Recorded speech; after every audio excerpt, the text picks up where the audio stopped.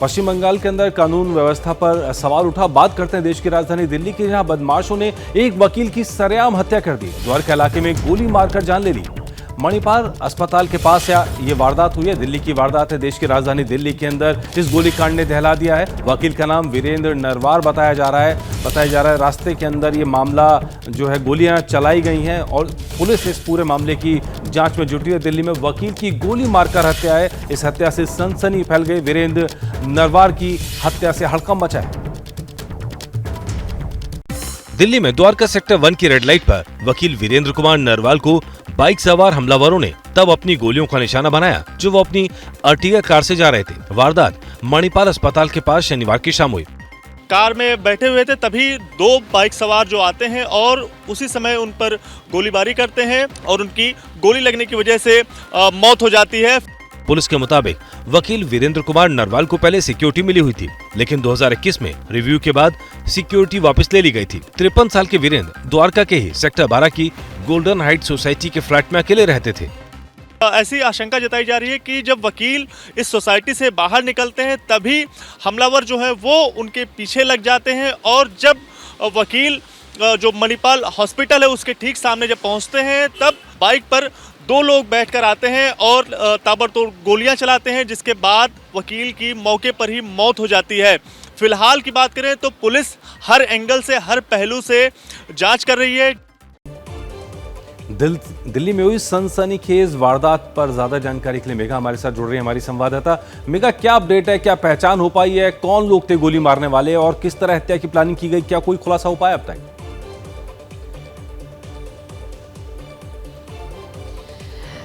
जी, जिस तरीके से वकील की हत्या हुई, सीसीटीवी कैमरा और जितने भी तमाम आसपास के इलाके हैं उसमें लोगों से पूछताछ की जा रही है।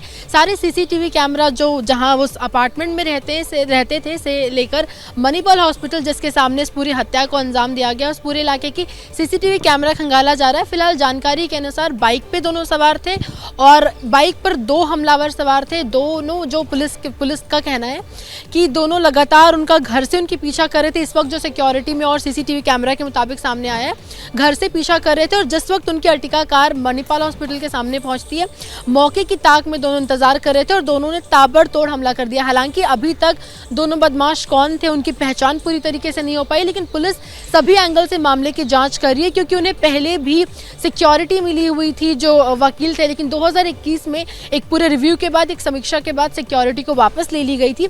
ऐसे में पुरानी रंजिश का भी मामला हो सकता है या आपसी कोई पर्सनल दुश्मनी भी हो सकती है या कोई और मामला भी है।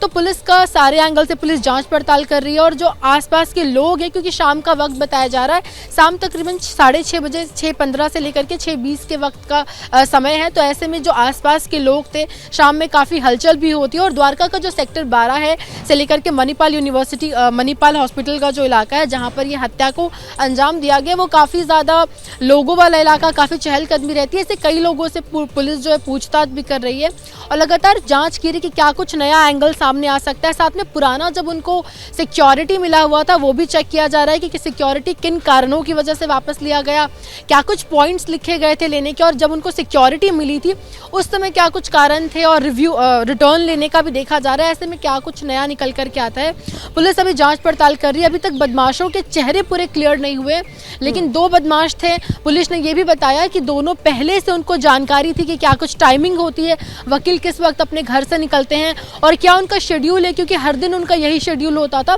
वो अपार्टमेंट में, सेक्टर 12 के अपार्टमेंट में अकेले रहते थे और लगभग शाम 4 बजे इसी वक्त अपने घर से बाहर निकलते थे और 6:30 बजे के आसपास इस घटना को अंजाम दिया गया। तो पूरी प्री प्लानिंग थी, ये कोई एक दिन की घटना नहीं है। तो ऐसे में बदमाशों को सारी जानकारी थी।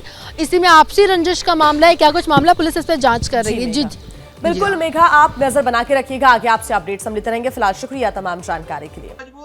क्या मजबूरी है मेरी, बताइए।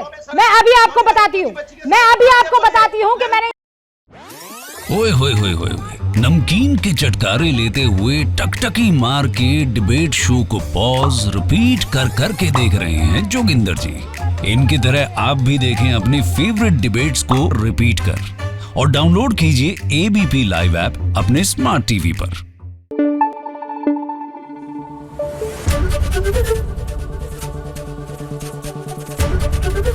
ABP News, आपको रखे आगे।